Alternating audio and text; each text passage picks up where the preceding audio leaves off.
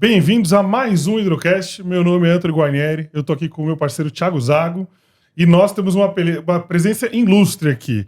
O monstro dos hidrômetros, basicamente fundou a teoria dos hidrômetros aqui no Brasil, doutor e engenheiro Alberto Quiles. Doutor em saneamento. Doutor em saneamento. Muito obrigado. Muito obrigado pelo convite, Alberto. Eu que agradeço. Antônio, Thiago, eu fico contente porque essa parceria que está começando agora já vem de uma amizade nossa de muito tempo, não? De outras gerações. Sim, de outras gerações. De outras gerações. Eu diria que é até quase do século anterior. Tá? Com teu pai, com a turma que também iniciou uma nova etapa na micromedição e, como consequência disso, no saneamento. Bom, agradeço as tuas palavras, acho que não mereço tudo isso. Claro que merece. Tá? Simplesmente me apresentar com mais de 25, eu diria que quase 30 anos de experiência na área de saneamento, principalmente no comercial e especificamente na área de micromedição. A minha história começa lá em 97, 98, começando a conhecer o hidrômetro nas suas raízes e evoluindo com a tecnologia com o passar do tempo. Tá? Uma das principais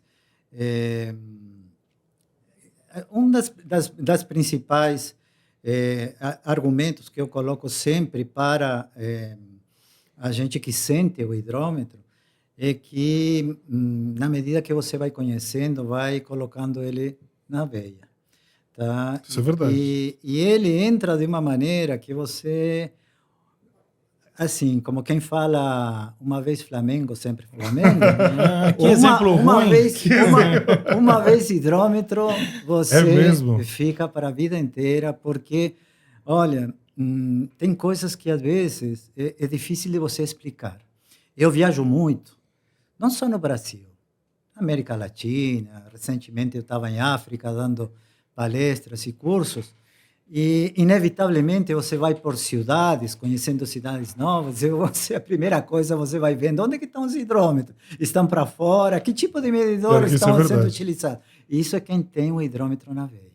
Então é uma característica de quem leva um sentimento por aquele aparelhinho, né, que se tornou hoje uma coisa importante na vida das pessoas. Se partimos da base que a medição de água passa a ser hoje uma situação que, com o passar do tempo, nós falamos que a água é um bem finito. Sim.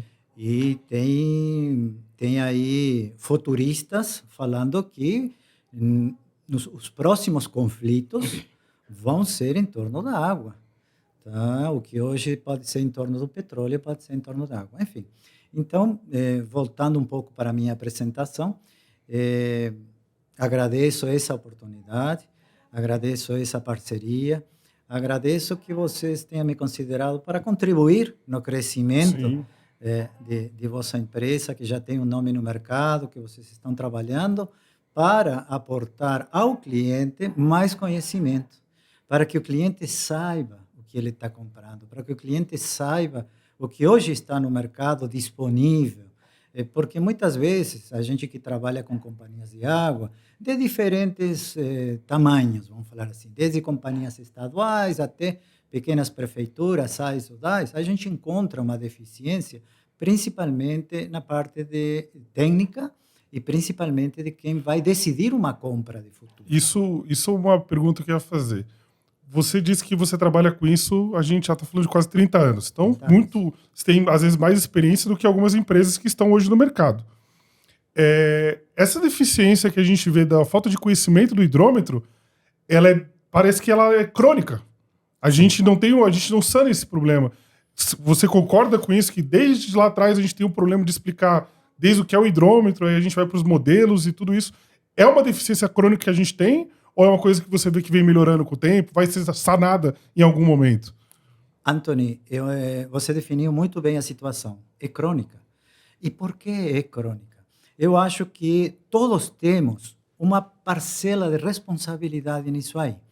Os formadores de opinião temos uma parcela, Eu acho que os fabricantes têm uma parcela também, e os próprios funcionários de companhias de água também têm a sua parcela. O porquê? Se você vê, tem hidrômetros hoje no mercado que se mantêm há 30 anos, como é o caso de um medidor velocimétrico. Mudou as normas, mudaram algumas terminologias, mas o princípio de funcionamento do medidor continua sendo o mesmo. E você vê que passa ano, passa a licitação, passa a compra nova, e se cometem os mesmos erros no dimensionamento, saber escolher qual medidor é o ideal para aquela cidade, para aquele tipo de instalação. Então, respondendo à tua pergunta, eu acho que a iniciativa que a HydroReader teve de capacitar, de alguma maneira, essas três partes que a gente mencionou, ou seja, levando um formador de opinião, mas para instruir fábricas e para instruir pessoas que decidem uma compra, é fundamental. Eu acho que faltou, tá? Ainda falta, ainda a gente vê que grandes compras são realizadas sem nenhum tipo de critério, e aí nós estamos falando de muito dinheiro, tá? Então, voltando ao assunto da carência de conhecimento, influencia diretamente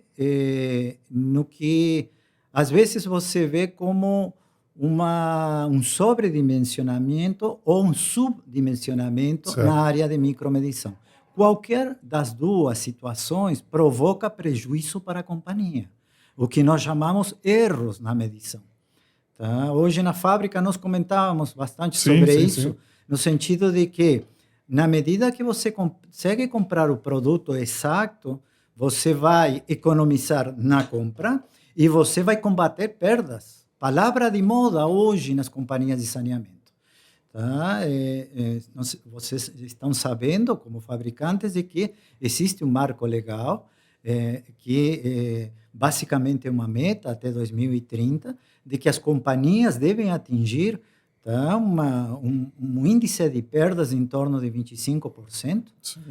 A maioria, eu diria que mais de 60%, 70% das companhias estão longe de atingir, tá, essa meta de índices de perda, tanto físicas como comerciais. Uhum. As perdas se medem justamente no conjunto, tá, das perdas aparentes e das outras que são por erros de medição, tá, que depois influenciam no faturamento e na arrecadação, ou são por vazamentos não visíveis, ou por perdas nas tubulações, que são as perdas físicas. Sim. Então, esse conjunto leva a que as companhias tenham, às vezes, em torno de 50% de índice de perda. Algumas até mais, né? Tem até mais, Thiago. 57% de perda. E o que significa isso em valores reais? Além dos metros cúbicos perdidos. Sim, tá? É que a metade do que você produz não fatura. Então, como que você consegue cobrir captação, tratamento e distribuição, as três etapas fundamentais de qualquer companhia de água? Uhum. Tá? Se a companhia de água em algum momento pensa em terceirizar, vai terceirizar a partir da prestação do serviço. Mas a captação, o tratamento e a distribuição é da companhia. Depois, os serviços que vêm mais para frente, como a leitura, corte, cadastramento de clientes, enfim, todos os serviços comerciais podem ser terceirizados, os outros não. Então, se você tem um índice de perdas tão alto, você provavelmente esteja deficitária. Sim. Esteja deficitária. Então, voltando ao objetivo de nossa conversa e de nossa parceria, a micromedição afeta praticamente de 70% a 75% do índice de perdas. Ou seja, está naquele medidor residencial, na somatória de milhões de clientes que estão concentradas as perdas na micromedição. Então, o fato de você atacar a micromedição nas perdas, você está indo colocar o dedo na ferida. É ali que está o índice maior de perdas. Alberto, e hoje a gente fala de micromedição, nós falamos hidrômetro, né, numa forma singular, como se houvesse só um modelo, né? Claro. Hoje, se a gente for pegar um leque dos mais utilizados, nós temos, casando modelos, né, tipos de aferição, de funcionamento com vazões. Nós temos aí 16 modelos mais ou menos aproximados que é Sim, utilizado hoje, que vai do velocimétrico ao volumétrico, ultrassônico, né? exato. Por que você acredita, como era no passado primeiro, quantos modelos nós tínhamos e por que você acredita que ainda se persiste que a ideia principal é só tem um modelo e só esse é bom? Por que tem tanta essa insistência por, principalmente quem define os modelos de compra, que existe só um modelo de drone, só esse é bom, só esse funciona, né? Tiago, eu não quero que você me entenda mal, porque eu sou estrangeiro e vou falar no Brasil acontece isso, e não sei por quê. O único mas também defeito não do é um Alberto, privilégio. O único defeito do Alberto é que ele não é brasileiro, mas calma que Mas ele sou corintiano. Ele é uruguaio. Mas sou corintiano. Então ele tem 2 defeitos agora, né? Ele não é brasileiro, Piorou. é corintiano. Eu quis emendar e não consegui. Bom, Tiago, é o seguinte, essa política que você falou, eu visito muitas companhias de água no decorrer do ano e escuto realidades desde o sul, desde Santa Catarina até o Ceará. Tá? Eu escuto a realidade que vem desde Brasília até a Paraíba e realmente existe como, não vou dizer uma cultura, mas uma tendência de que eu comprei aquele medidor, um classe V velocimétrico de 1,5 metros cúbicos de 3/4, e ele está atendendo às minhas necessidades, e agora vou comprar mais 100.000 medidores iguais. Só que ninguém tem o trabalho de pensar, primeiro, qual foi o crescimento vegetativo que eu tive nessa cidade? O crescimento foi de 5%. Onde que está localizado isso? Foi em condomínios.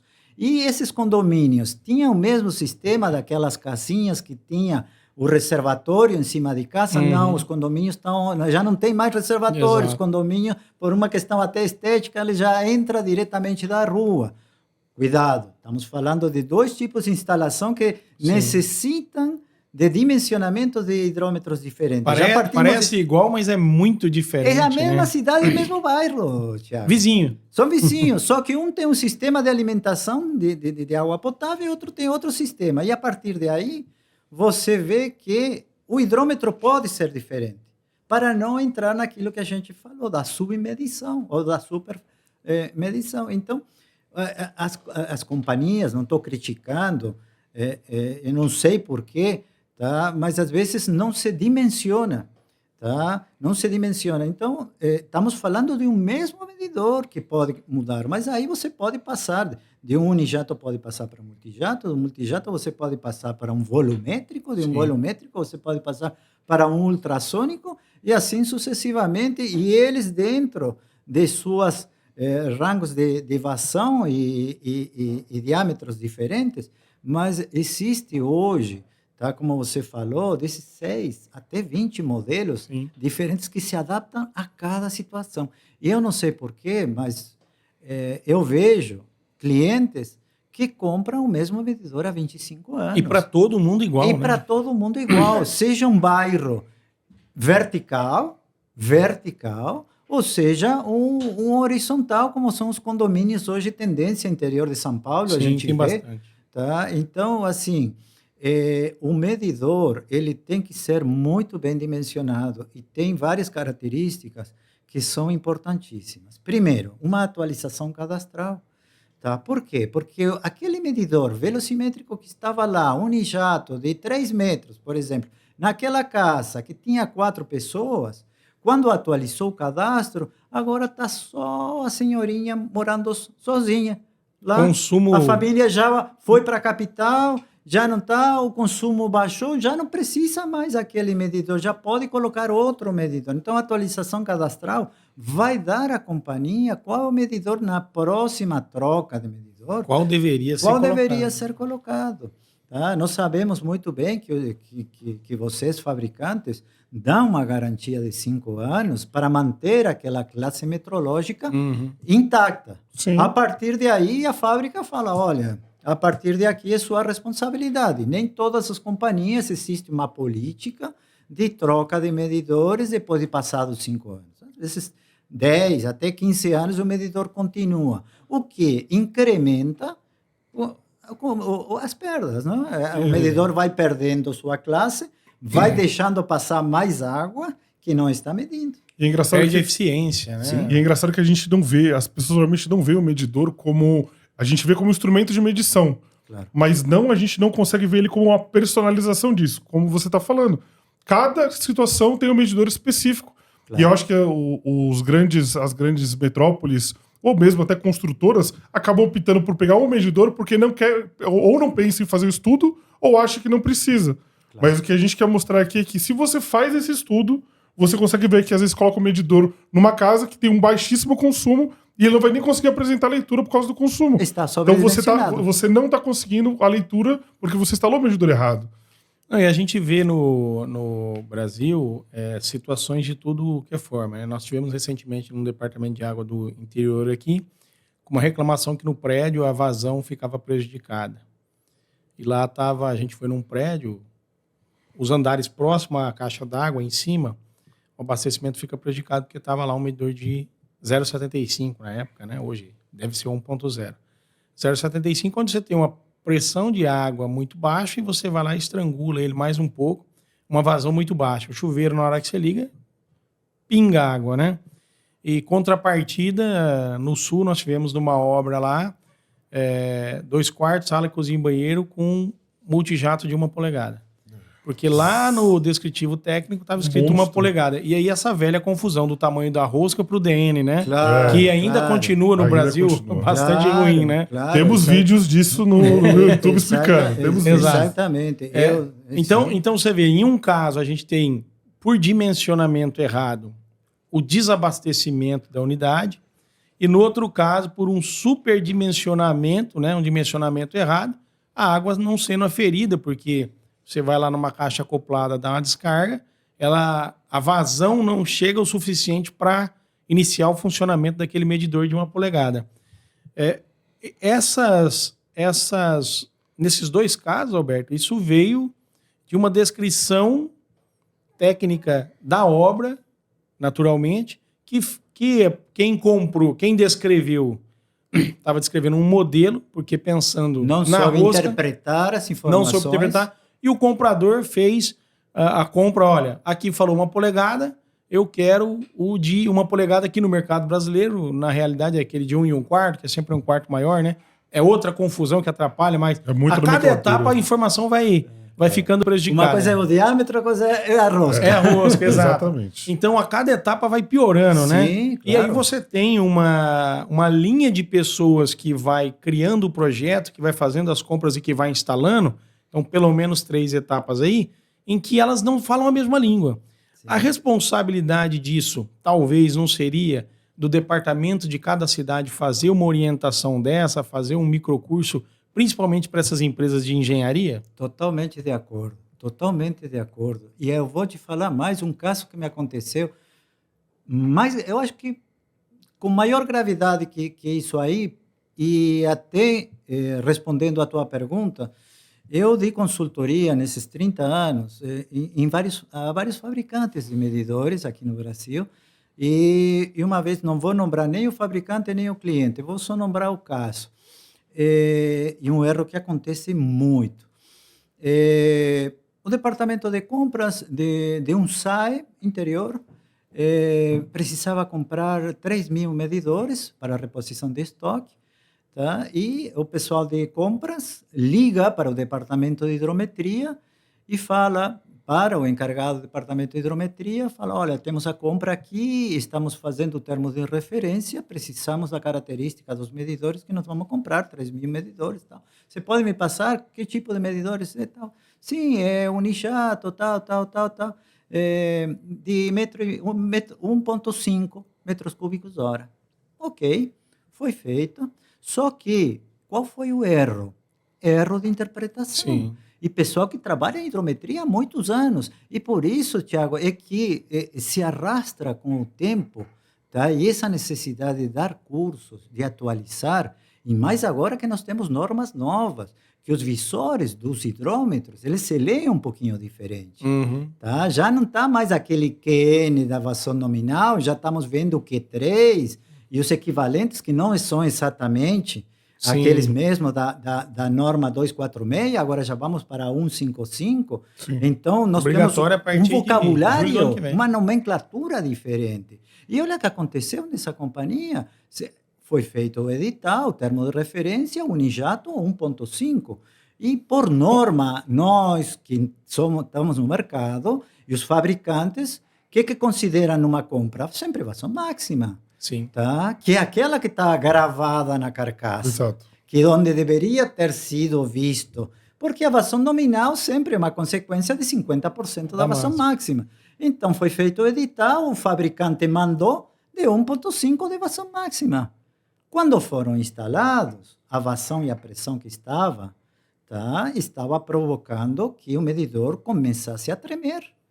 Imagina num medidor que tem 30 engrenagens, que comece a tremer. Sim. Então, o cliente ligou para a fábrica e falou: preciso vocês de um técnico porque os seus medidores estão parados.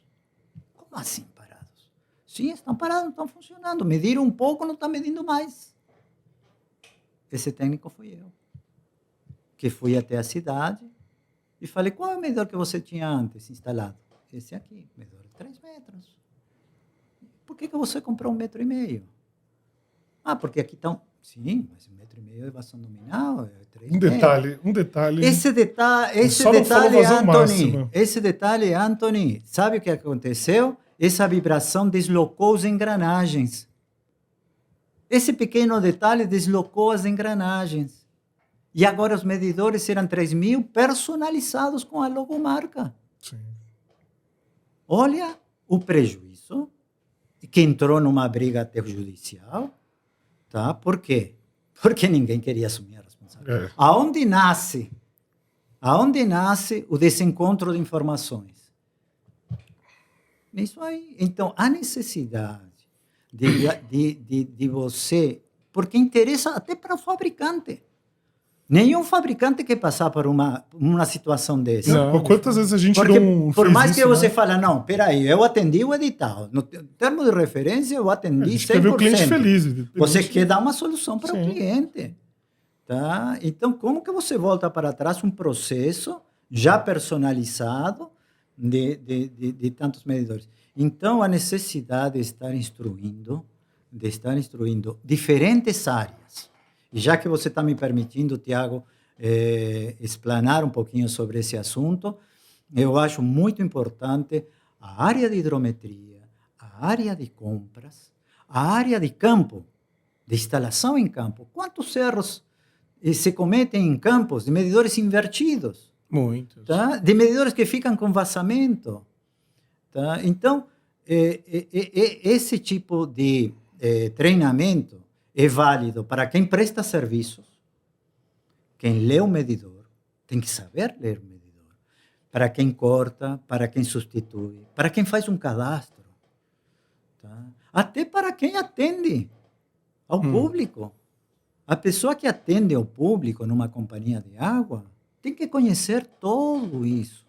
Até como funciona o hidrômetro, como que ela vai responder com propriedade que está sendo a cara da companhia para resolver um problema, se ela nunca viu um hidrômetro, a não ser o da casa dela. Agora, Alberto, o que a gente vê são muitos departamentos, principalmente de pequenas e médias cidades, que sequer tem um setor de hidrometria, uma pessoa, né, com capacidade minimamente técnica para definir esse tipo de coisa. E o departamento de compras, ele não tem como entender de todos os produtos que são usados dentro de um DAI ou um SAI, né? Que a gente vai lá desde o produto químico do tratamento da água até toda a parte de rede, infra, né? É impossível. Esses departamentos que tem... É possível a gente ter um manual mínimo de hidrometração com conhecimento mínimo em uma pessoa? É tão difícil assim você ter domínio mínimo sobre essa área de medição e essa pessoa ser a voz do departamento que vai determinando isso? Porque carece de atualizações o tempo inteiro. O que precisaria para uma pessoa conhecer minimamente de hidrômetro para ela definir os modelos que iriam utilizar dentro dos departamentos e depois ter o segmento desse conhecimento lá dentro? Tiago, eu parto da base que eu acho que está na capa do livro de qualquer companhia de água, seja ela estatal ou uma pequena prefeitura que administra a sua água. Tá? Primeiro, é o cadastro comercial, você conhecer quem são seus clientes. Se você está numa cidade na qual você tem uma população de 10 mil pessoas, 10 mil pessoas, a relação que a gente sempre faz é de 1 a 3, ou seja, você tem 3 mil hidrômetros instalados numa população de 10 mil pessoas. Tá? Primeiro, saber se isso é tudo urbano ou você tem uma grande região de granja rural. Define o que é urbano, o que é rural. Depois, quanto você tem de fábricas? Às vezes tem muita fábrica onde você precisa entrar já na área de macromedição. Então, não é difícil, não é difícil. Basta você conhecer quem são seus clientes. Uma vez que você tenha mapeado o teu parque de hidrômetros, aí o conhecimento que vem depois é muito mais fácil, porque aquele funcionário da hidrometria vai dizer, no condomínio Parque Europa, por exemplo, aí são tantos clientes, a vazão é tanto, então vai ser aquele medidor. A partir do momento que você treinou o pessoal da hidrometria e mostrou o que tem no mercado disponível, tá? E como dimensionar, não é difícil, não é difícil. E eu sei... É receita de bolo. Sim, Thiago, porque hoje também, com as redes sociais, com esse trabalho que vocês estão fazendo e com o fato de você disponibilizar, eu vejo nos sites de alguns fabricantes que dão muita informação, tá, de como se instala aquele medidor, aonde que se instala. Então, eu acho que a partir do momento que você facilita a informação técnica, tá, e esse departamento de hidrometria conhece seu público-alvo, não é difícil, não. Não é difícil. E hoje temos, vamos dizer que hoje nós temos basicamente 3 princípios de funcionamento. Temos famílias de medidores que eles vão variando cada componente da família pelo diâmetro e pela vazão. Mas nós temos 3 princípios de funcionamento. Tá? O de transmissão magnética, o caso de velocimétricos, tá? Nós temos os volumétricos e a entrada no mercado do medidor ultrassônico. Aí temos 3 princípios de funcionamento diferentes, tá? Na medida em que são mais sofisticados, esses princípios de funcionamento, eles aumentam a sua classe metrológica, ou seja, o que antes era classe A, B, C e D, hoje nós estamos no range, no R, que é uma relação, tá? Que a qualidade do medidor ela se mede na relação entre o Q3 e o Q1, ou seja, entre a vazão Q3 e a vazão inicial. Então, esse vai dar um R, que ele pode ser R80, 160, 200, 400, quanto maior, é melhor. Melhora a performance dele nas mínimas, né? Performance. Então, aí você vê que com 3 princípios de funcionamento, tá, você já pode definir. Tá? O que você não pode, respondendo à tua pergunta inicial, é 30 anos ficar comprando o mesmo medidor. Quando? Tá? Hoje nós sabemos, tá, que as famílias começaram há 30 anos atrás com um consumo de 60, 70 litros por pessoa. Quando você faz um cálculo de dimensionamento, as tabelas te indicam isso aí para fazer o cálculo. Então, você vê uma tabela que eu vi lá em 1995, as famílias, tá? Uma família tipo de 4 pessoas, para tomar banho, para todas as necessidades, consumia 80, 90. Hoje, o cálculo dessa tabela pela Organização Mundial da Saúde, OMS, está em 160 litros aqui no Brasil. Ou seja, dobrou. E você vai deixar o mesmo medidor. Sim. Então, parte dessa base, tá, de que mudou muita coisa. Mudaram as tubulações, Nós falávamos há 30 Os anos. horários de consumo Os também, horários né? de consumo. Hoje você vê Você consome muito mais água num essas período novas curto. gerações, Antônio, É que fica verdade. de madrugada jogando e toma banho 2, 3 horas da manhã, Sim. entendeu? Então, assim, mudaram os horários das famílias, mudaram os consumos. Às vezes a gente briga com nossos filhos, eu tenho um neto adolescente e fica tomando banho, até dá vontade de colocar um timer, não? Então, assim, mudaram os consumos. Então, a gente não pode manter uma ideia de que aquele medidor que sempre atendeu vai continuar atendendo. E, Alberto, você citou os tipos de medidores, né? Velocimétrico, volumétrico e ultrassônico. Sim. Uma das coisas que a gente vê muito isso na parte comercial do hidrômetro é que as pessoas sempre colocam o ultrassônico como o melhor medidor. A gente sabe que ele tem uma precisão maior. Mas eu queria que você desse uma explicação pra gente, como a gente está falando que cada medidor tem o seu lugar e o seu propósito, explicar para as pessoas que não adianta você comprar o melhor. Sendo que se você às vezes não sabe nem onde instalar ele, pode instalar, pode gerar mais problemas. Como mostrar para as pessoas que não é só a questão do eu tenho o melhor aparelho de medição, mas às vezes nem medir, você sabe? Claro. Vamos partir da base, Anthony, de que eu defendo muito o medidor ultrassônico, tá? E o medidor do futuro. Não tenha dúvida Sim, que o sim, isso é sistema verdade. de medição ultrassônico, tá? Com 2 sensores por diferença de velocidade, é um medidor que, se você vê, é um medidor classe D, já está dentro daquela antiga família classe D. É um medidor que já vem com um range de R400. Sim. Tá? Então, se você parte da base, tá, de que o medidor velocimétrico tá bem calibradinho, ele com a melhor performance começa a medir com 5, 6 litros, 7 litros, tá, de início de funcionamento, você vê que o medidor ultrassônico já começa a medir com 0,05. É diferente. Ou seja, passa uma gotinha de vapor e ele já está medindo. Então, o que acontece? Para responder à tua pergunta, nós temos que partir da base, tá? Custo-benefício. Custo-benefício. Então, 1 m³ de água aqui no Brasil ainda está em valores que eu considero, eu conheço a realidade da América Latina, tá? Agora vi a realidade da África também, outra realidade completamente diferente, tá? Mas você vê que 1 m³ de água aqui é muito barato. Tá? Nós estamos aí falando que 1 m³ de água chega a $1. A $1.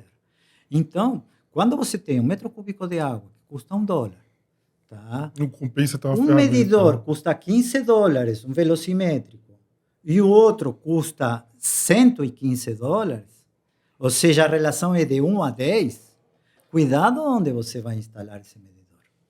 Então, aí o raciocínio é o seguinte, nem sempre você pode pensar em medidores residenciais ultrassônicos hoje. Sim. Porque onde você coloca 10, você só coloca um do outro. Primeiro raciocínio. O segundo, é um medidor que é inviolável? Por enquanto é.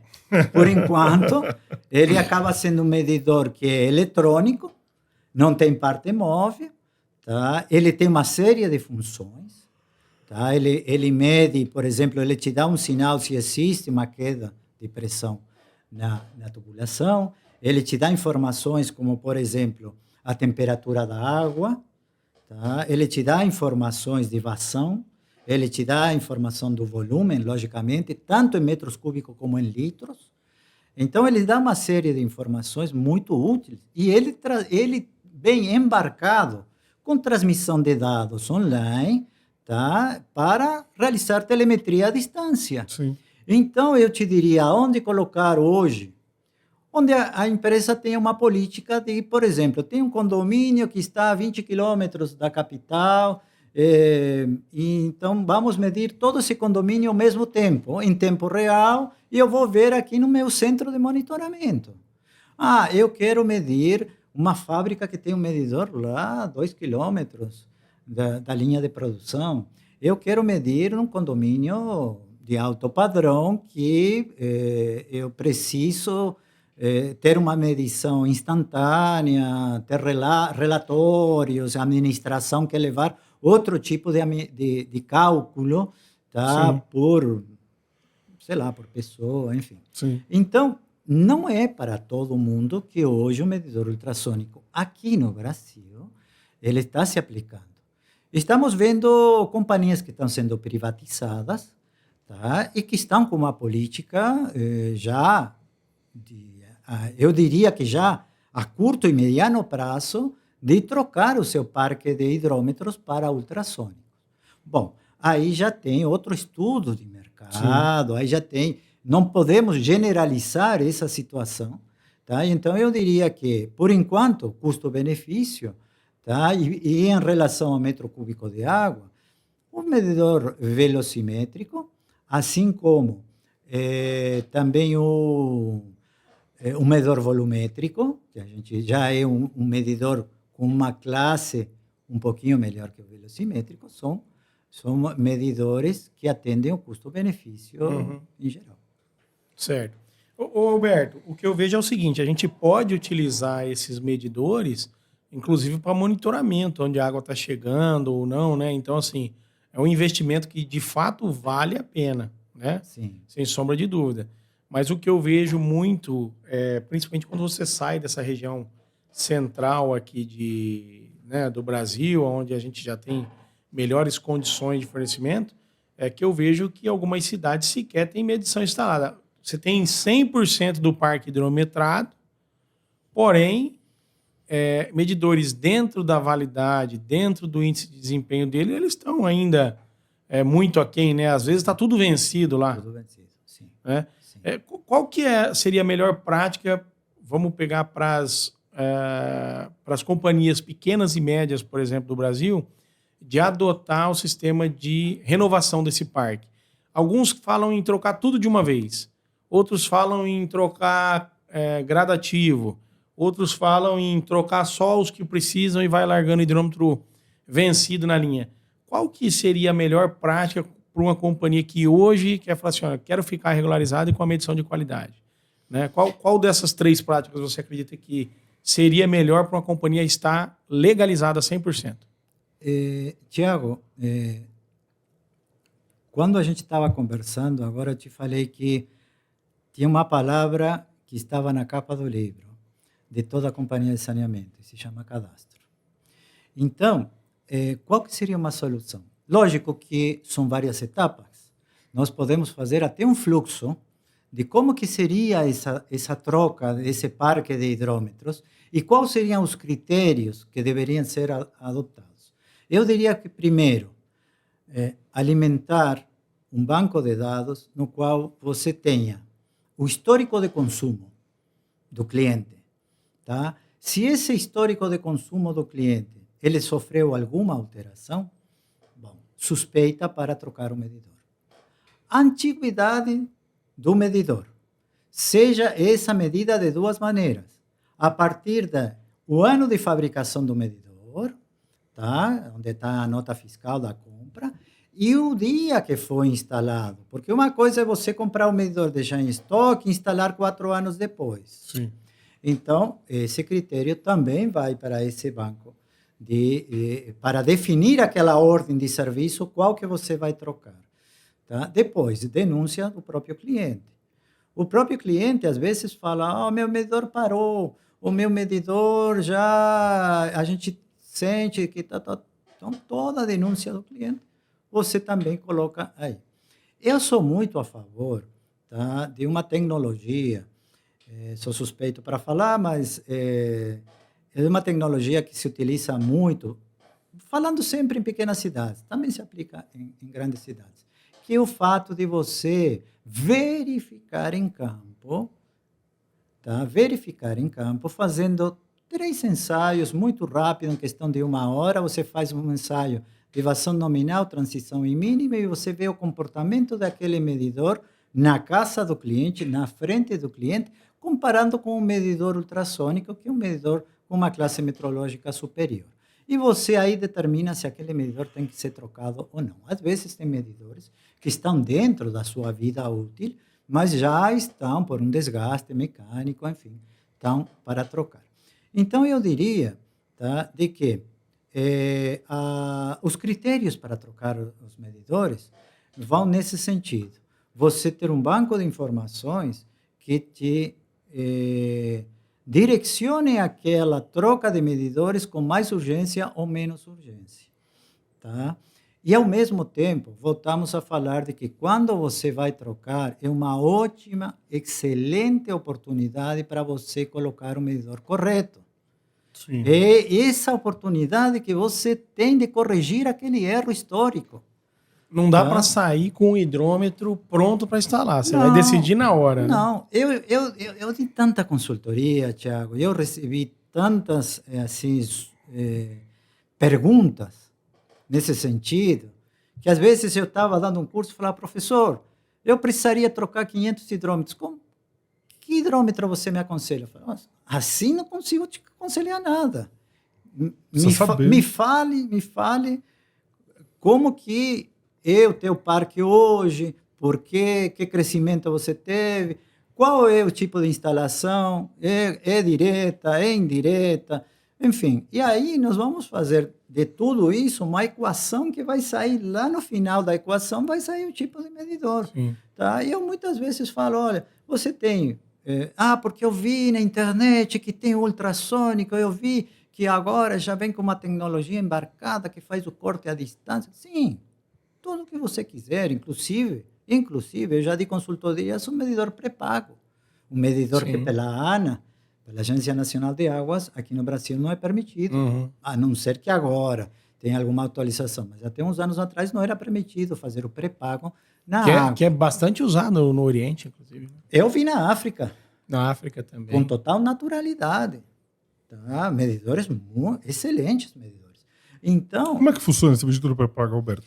Funciona como tudo que é pré-pago. Com um cartão, você vai como se fosse numa lotérica e eu quero... Tantos litros 30 de água? metros cúbicos ou R$70. Então, o medidor é igual que um medidor, que inclusive aí tem alguns que não são ultrassônicos, são velocimétricos, Sim. tá? Que na cabeça tem uma parte eletrônica, tá? E que tem uma guia, uma ranura, para você passar o cartão. Passa um cartão igual Passa de cartão, ônibus. Passa o cartão e ele atualiza.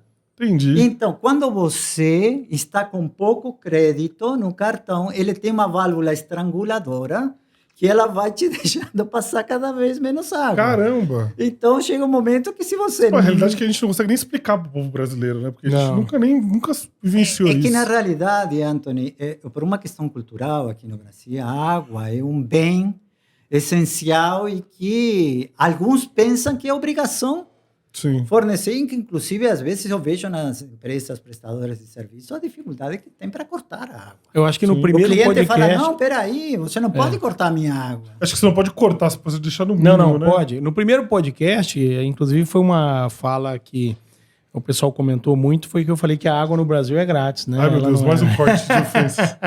Eu falei que a água no Brasil ela é grátis. O que se cobra é o tratamento e a distribuição. Inclusive, lá no Código Nacional de Tributário está essa informação, né? Então, desculpa quem achou que eu estava falando que a água toda era grátis. Eu estou falando que a água bruta... É uma forma de falar. Ela é captada e o custo está na captação, tratamento e distribuição. E o pessoal falou que... Eu estava falando que ninguém pagava água, não era isso, não. É que tem a forma de se cobrar, né? Hoje, por exemplo, quem faz irrigação pode fazer captação de rio e ele não vai pagar aquela água ali, ele tem uma outorga que ele pode captar. E aqui no Brasil, tem essa cultura que a água, primeiro, é infinita, e aí tem N teorias, eu acredito que a água, de fato, ela é infinita, né? Porque na natureza o ciclo de renovação é constante, porém, o que se fala é que a água é tratável, né, da forma que a gente tem hoje, que ainda é barato, ela é finita, né? Tanto que a gente consegue dessalinizar a água, consegue, muito pouco, só que o custo de dessalinização e a qualidade da água que não sobra... Não para abastecer uma cidade. Ela é inviável, né? Mas dá para dessalinizar. Bom, vai chegar alguma hora que nós vamos ter que fazer isso se a gente não cuidar da água doce. Nós temos os aquíferos Tubarão, Guarani, monstruosos aí, mas chega uma hora que isso pode estar contaminado ou acabar. Então, em outros países, você compra o crédito para pagar esse tratamento, esse serviço. Aqui no Brasil, a ideia, né, como ela vem originalmente do poder público, ela é gratuita, é só captar aí, né? Muita gente acha que a água capta e já vem para a torneira do jeito que tem, não vai numa estação de tratamento. Se ela for, ela não bebe água, né? Tem umas estações aí que é triste. E o pessoal acha que isso aí é uma obrigação do Estado, e de fato é. Mas isso tem um custo que tem que ser pago, né? Que tem que ser arrecadado para pagar. Então, para nós ainda não cabe. Mas o que o Alberto falou, a água, de fato, a $1, né? 1.000 litros de água a R$5, tratada e na torneira. Otávio. O preço de 1.000 litros é o preço de um galão de 20 litros. Não chega a isso, na verdade, né? E as pessoas ainda acham que isso é caro, porque acaba o poder público entrando na baila e tomando pancada junto, porque é a prefeitura que está cedendo, né? Sim. Então o pessoal acaba fazendo essa crítica muito grande, mas desconhece todo o ciclo de tratamento e o custo que tem aí, né? Da mesma forma injusta, o pessoal que compra hidrômetro acha que o hidrômetro é tudo igual, tem que ser barato, é uma relojoaria com 30 engrenagens e com resolução... Uma engenharia por trás. E uma resolução milesimal, né? Engenharia aí de alta performance, e você tem hidrômetros baratos hoje no mercado pelo tanto de tecnologia que vai dentro dele, mesmo os mecânicos, e as pessoas tratam ele da mesma forma, fazendo uma analogia que a população às vezes trata a água. Né, de qualquer jeito, achando que pode instalar qualquer hidrômetro em qualquer lugar, que ele é barato, que ele tem que durar a vida toda. Mas nós estamos falando da perda, nós estamos falando de um único ponto que é a medição. Mas num sistema de tratamento você tem perda da captação até o esgoto. Sim, claro. Tiago, tem alguns dados que chamam a atenção. Eu, nas minhas palestras, eu dou palestra na Associação Brasileira de Empresas de Saneamento, a ESP. E sempre são temas diferentes, sempre são sobre assuntos diferentes. Mas quando você fala que as perdas na captação e no tratamento maiores estão no consumo de energia elétrica daqueles motores, daquelas bombas. Sim. Você vê uma conta de energia de uma companhia de água nesse momento, nessa etapa da captação... Na primária, né? Primária, exatamente, ainda. essa palavra. Na etapa primária, na etapa bruta, você vê as contas de energia, a maioria das companhias negociam com companhias de energia elétrica para pagar aquelas contas. Então, isso é perda. Muitas companhias pequenas não conseguem pagar as contas de energia com que arrecada. Claro. Uma cidade pequena aí de 4, 5 mil ligações de água, só no sistema de bombeamento, gastando 70, 80, 100 mil reais. Caramba. Né? Aí você divide isso pela quantidade de ligações, 5 mil, é 20 reais só de energia elétrica, que está na conta de água, que foi direto para a energia. Muitas vezes ela paga o mínimo, que é 20 reais. Não, aí você vai na cidade, a tarifa de água é 25. Aí você ainda tem tubulação, tratamento, distribuição. Ela sobrevive como? Simples, minha gente, simples. Sai lá da educação, sai lá da saúde, sai de outras áreas. Né? Então, se o sistema de tratamento de água da cidade ele não se paga, a melhor coisa que ele faz ou é fazer o reajuste necessário para que haja o equilíbrio ou privatiza. É isso. Né? 20 reais numa taxa de água de 25, se você falar que 20 reais é energia elétrica e você sobra 5 para pagar todos os funcionários, tratamento, né? Distribuição, não fecha essa conta. Não fecha. Então ela acaba saindo lá da Secretaria de Educação, ela acaba saindo lá da Secretaria de Saúde, né? Do asfalto, que a pessoa às vezes não tem um asfalto de qualidade na casa dela, da segurança. Acaba, não tem almoço grátis, acaba saindo de outro lugar. Exatamente. Né? Tiago, e fora a perda, né? Sim, claro. Você começa a perda lá na coleta, a perda de serviço que você tem ali. Sim. Então, assim, daqueles 20 reais, vamos pegar o caso aí, salvo engano, Várzea Grande, no Mato Grosso, com quase 50% de água, de perda de água. Se você pega lá que desses 20 reais, 50% foi jogado fora, era para estar 10 reais no custo da energia elétrica. Se você vai melhorar daí o sistema de energia depois, isso cai para 5, porque você vai trabalhar com inversores de frequência, né? Mas o investimento no saneamento, ele só acontece em 2 momentos. Ou quando a gestão é séria e quer fazer um investimento de verdade, quer ver o departamento funcionar, né? Ou quando o sistema de distribuição colapsa, bomba tem que fazer queima, de novo. tudo para, a população quer invadir, às vezes, o departamento de água para quebrar tudo lá dentro, aí o pessoal começa a se movimentar, né? Exatamente. E tudo começa no simples medir com qualidade. Sim. Só fazer a conta. É impressionante, de encontro com o que você está colocando. Eu sou conselheiro de uma empresa multinacional italiana, há mais de 20 anos, aqui no Brasil, com grande participação na Europa, e agora com participação agressiva aqui no Brasil para participação em PPP, concessões, né? E a gente está vendo a privatização que está acontecendo já.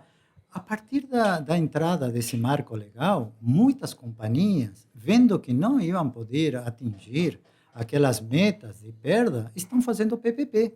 E essa empresa privada que vai participar nessa parceria, o que vai fazer? Vai combater perdas. Vai combater perdas. E que qualquer empresa privada que faz uma concessão ou uma parceria público-privada com uma companhia faz desde o primeiro dia. Desde o primeiro dia, o que ela faz? Um levantamento do parque de hidrometria. Qual é a primeira coisa que a companhia faz, além do cadastramento atualizado? Trocar todo o parque de medidores. Trocar o parque de medidores. E dimensionar para colocar o medidor correto. E aí você começa a ver que E às vezes o medidor correto é o mais barato. Não necessariamente é o Porque quando a gente melhor. fala trocar os medidores, todo mundo pensa, nossa, sempre é a mesma opção trocar, mas às vezes está tudo errado. Porque, só fazendo um parêntese, não quero perder o raciocínio do que eu tinha iniciado. Você tocou num assunto muito interessante. Onde deve se trocar, às vezes, o medidor, ou nem sempre colocar sempre o mesmo medidor. Existe uma realidade diferente aqui no Brasil, que você tem companhias de água que têm seus medidores, estabelecer uma política há 20 anos atrás e colocar todos os medidores para a rua.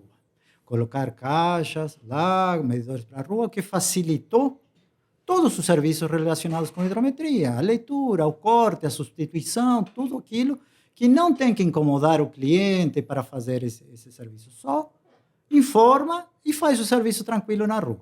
Então, quando você vai trocar um medidor na casa de um cliente, você tem que ver a realidade da instalação. Existem medidores instalados no chão, existem medidores instalados no muro, tá? Existem medidores instalados dentro da casa. Então, eu passei por uma realidade num país da América Latina, faz uns 2 anos mais ou menos, que os medidores estavam dentro da casa do cliente. Dentro da casa do cliente. E a companhia me chamou para uma assessoria técnica para a compra de medidores, e eles falaram, como que eu posso melhorar a minha medição? Mas eu não quero colocar todos os medidores para fora, que é caríssimo. Como que eu faço para colocar em obra toda a cidade? Estão todos dentro. Não consigo, tenho que medir primeiro, fazer uma boa medição e depois, com o tempo, vou... Então, a solução foi que o medidor velocimétrico com saída de pulso, certo? Então, os medidores continuam lá dentro, tá? Mas com saída pulsada, para um concentrador, que mede 20, 30 medidores ao mesmo tempo, que passa um funcionário numa moto e vai fazendo uma leitura já concentrada, e não tem. E aí você tem uma solução para continuar lendo com qualidade, tá? E sem a necessidade de entrar em obra toda uma cidade. Tá? Então, existem diferentes formas, tá? Para você dimensionar aquele medidor. Porque nem sempre se aplica o mesmo medidor para a mesma situação. E isso que o foco de vocês de tentar, de alguma maneira, de passar conhecimento para seus clientes, tá? Para poder comprar de maneira correta, vai resultar numa facilidade para o cliente, vai resultar numa economia, e vocês, fabricantes, vão ter a tranquilidade de que estão dando uma solução para o cliente que amanhã não vai ter. Sim, que hoje no comercial a gente já faz isso, mas da maneira do atendimento. Muitas vezes, quando a gente recebe um orçamento, né, A gente olha e claramente o orçamento da pessoa está equivocado. Que nem que o Thiago citou. A pessoa quer comprar hidrômetro de 1 polegada para colocar num prédio, em todos os andares. Aí você... Não, tá, com certeza está equivocado isso. Aí as nossas vendedoras entram em contato e elas ajudam nisso. Só que seria muito mais interessante a gente conseguir colocar isso em larga escala, como a gente já fez, está fazendo com o medidor de composite. Que a gente está, esse processo, o Roberto acompanhou no começo esse medidor de composite, o quanto a Participei do projeto inicial. o quanto a gente lutou para Pequeno mostrinho que a gente criou. desenvolver o produto, mostrar para o mercado que é um produto novo, mostrar que ele é... Quebrar um paradigma. Ele é igual ou superior ao medidor de metal e botar em campo, botar as pessoas falando que ele não era um medidor bom, que ele não era sustentável. E hoje a gente provou isso da melhor forma possível, né? O Thiago mesmo disse, na feira a gente viu todos os nossos fabricantes concorrentes tendo medidor de composite. Então, mais uma vez, a Hydro-Reader está tentando colocar a cultura dela de inovação para dentro do mercado. A gente já fez isso com o medidor, agora vamos tentar fazer isso mais uma vez com o conhecimento do dimensionamento dos medidores. Há 2 anos a gente vem falando que todo fabricante ia naturalmente ir para o mercado de hidrômetros em composite, não porque ele é melhor ou é pior, é porque é economicamente mais viável, né? mais simples de fabricar, mais limpo, né? A fabricação dele, ecologicamente correto. Muitos lá falavam que não é bom, que o hidrômetro não presta, não sei o quê, e hoje está lá fabricando e vendendo, natural. A diferença é do compromisso, a gente sempre com muita verdade, né? Sempre com muita transparência para o nosso cliente. Assim como do curso. É fácil hoje, né? A gente falar, usa esse ou usa aquele, né? Eu não quero que o cliente use a marca nossa, né? A gente quer que ele tenha conhecimento para ele decidir o melhor. Ele saber avaliar o que ele precisa. Para o precisa. saneamento no Brasil, ele ter resultados positivos, porque hoje... grande parte das companhias de saneamento no Brasil, elas fecham no prejuízo o tempo inteiro, né? E cabe à população entender que esse custo do fracasso do saneamento no Brasil, às vezes na mão de uma entidade pública, é um custo para ela mesmo, porque isso aí sai dos cofres públicos de todo jeito, não vai sair de outro lugar. Então você ter uma água barata e ruim é ruim, né? Você ter um departamento de água e esgoto com pessoas sem conhecimento técnico ou o departamento sendo ineficiente, né? Ele não trazendo resultados financeiros positivos para investimento, ela está pagando essa conta porque ela está deixando de ter um serviço público de qualidade, às vezes na área da saúde, na área da educação. Então o Brasil está muito aquém em tecnologia, está muito aquém no saneamento em relação, por exemplo, à China, né? Que está muito à frente nossa nessas medições internas, na qualidade do saneamento. Mas a gente só vai ver isso na hora que o sistema colapsar. Essa é a realidade. Infelizmente. Quando a cidade colapsa, a gente vê a necessidade de investir, não é verdade?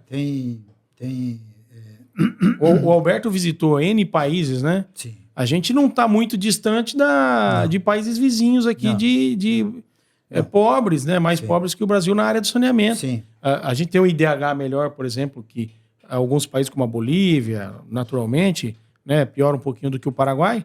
Quando a gente vai para a área de saneamento, você vê o pessoal já se movimentando diferente.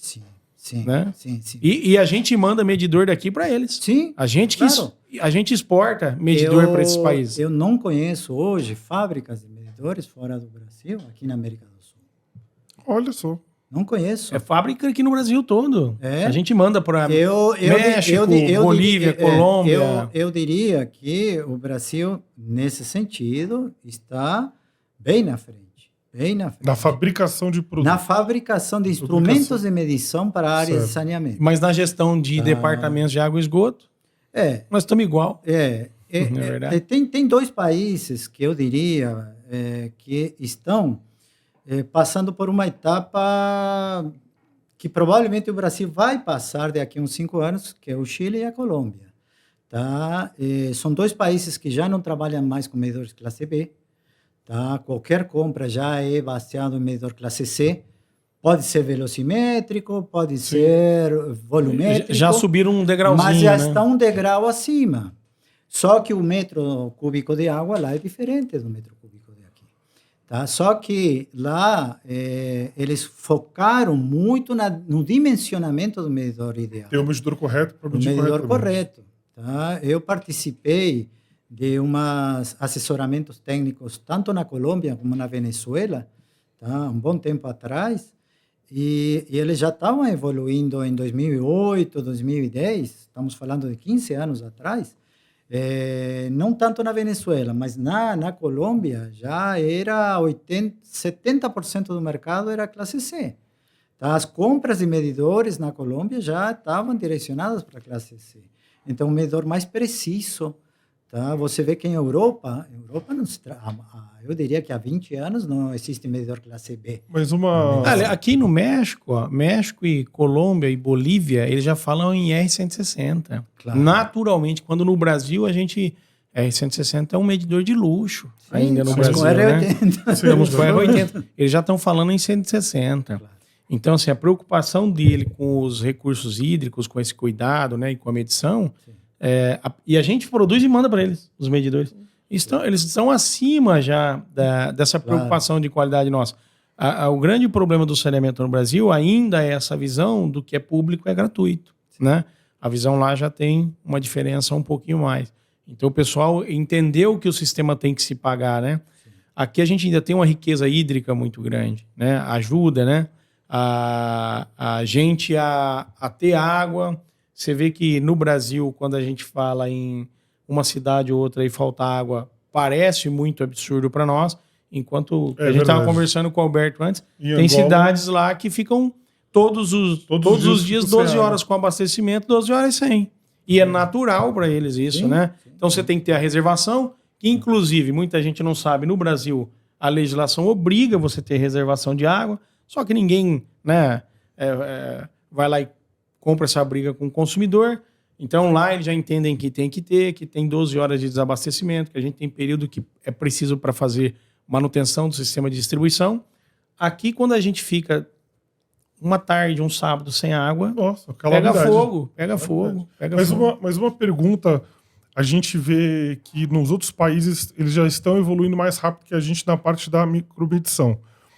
Isso talvez não se dê por causa da parte geográfica do Brasil, digo o tamanho dele, porque aqui a gente tem uma quantidade de área maior, mais estados, cada estado tem várias cidades, vários municípios. Cada qual sua regra. Então, assim, a gente está falando de vários caciques para vários chefes de departamento. Então, como fazer isso, né? Porque quando a gente vai para o Chile, a gente diminui bastante isso, a quantidade de poder de decisão, a quantidade de departamentos. E aqui no Brasil é gigantesco. Então a gente pode falar assim, o Sudeste funciona um pouco melhor, mas você sobe e vai para o Mato Grosso, já piora um pouco. Aí você vai para a direita, melhora. Aí você vai lá pro extremo norte, piora. Não, Mato Grosso é bom. Mato Grosso é bom? Mato Grosso é maravilhoso. Pô. Então, suspeito para falar. Mas o que eu falo assim, às vezes a gente tem um grande problema porque a gente tenta meio que resolver o Brasil inteiro todo de uma vez. Sim. Quando às vezes cada departamento tem que cuidar da sua área e como fazer isso, né? O modelo que tem aqui no Brasil de companhias estaduais com tantos clientes, na Europa não existe. Eu recebo informações dessa multinacional, que eu sou conselheiro, por exemplo, na Itália, são províncias pequenas. Não existe uma Sabesp uma lá, mega né? concessão que nem a Sabesp, que tem mais de 20 milhões de clientes. Isso só na China e aqui no Brasil. Certo. Então, isso que você falou, Antônio, eu participo ativamente de licitações públicas, tá? Tanto na prestação de serviço, tudo que está relacionado com a hidrometria.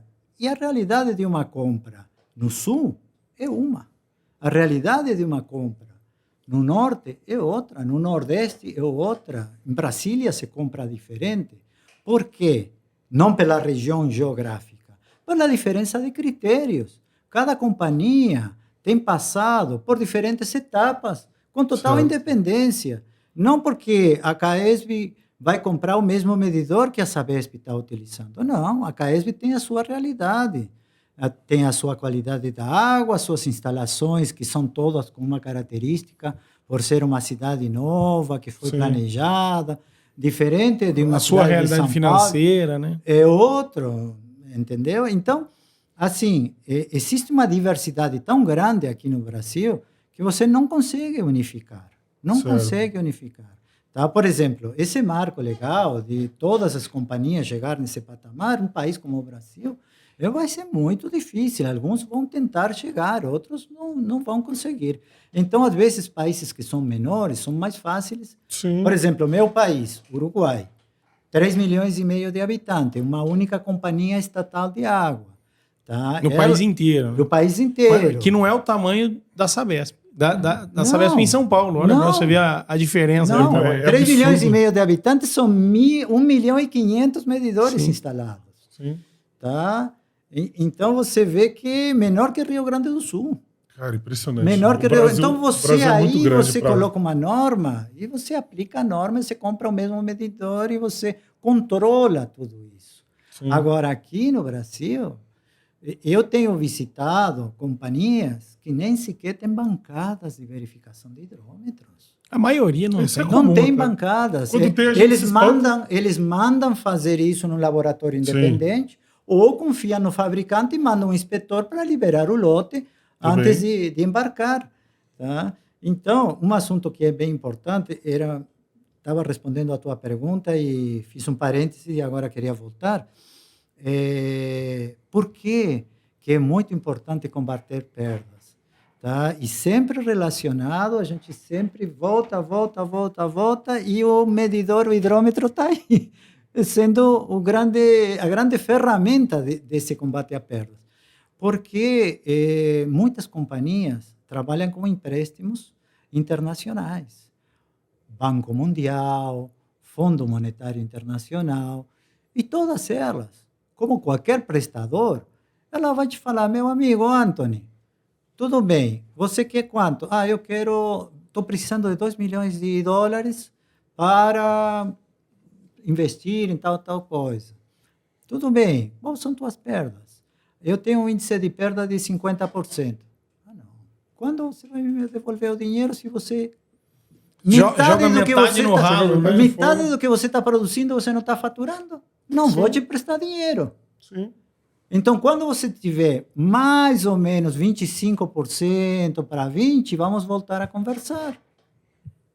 Hoje, o índice de perdas nos países desenvolvidos, primeiro mundo, Estados Unidos, Japão, Alemanha, os países da Europa, está entre 5% e 10%.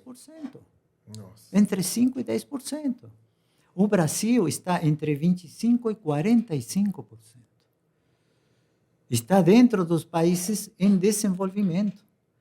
Tá? E, lógico, tem companhias com melhor índice de perdas e tem companhias com pior que levam aquela Sim. média para cima. Tem companhias no Brasil que chega a quase 60%. Sim, tem. E isso... E se eles falam 60%, é porque É às mais, vezes perde 80. pode ser. Não, e é justamente isso que eu ia falar, Alberto, porque as companhias do Brasil que declaram perda de 60%, próximo a 60%, você vai pedir para ela mostrar a medição do sistema de captação, a medição do sistema de distribuição, eles não têm. Ele só tem da... Aí a pergunta é, quanto realmente captou para você falar que perdeu 60%? E a gente sabe que o sistema de captação é o mais fácil de medir. Esse é o mais fácil de medir, porque geralmente são poucos pontos.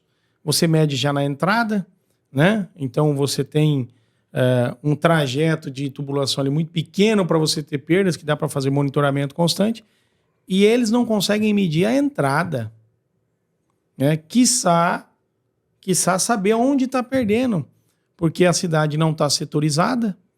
Eu não sei quanto de água eu estou mandando para cada lugar. O seu cadastro técnico não existe. Seu cadastro técnico é basicamente o endereço e talvez um número de medidor, que muitas vezes não bate. Então você não consegue medir a entrada, você não consegue medir sua saída, que é logo depois da ETA, não tem nem como errar essa medição. E você não consegue fazer o zoneamento para fazer a medição.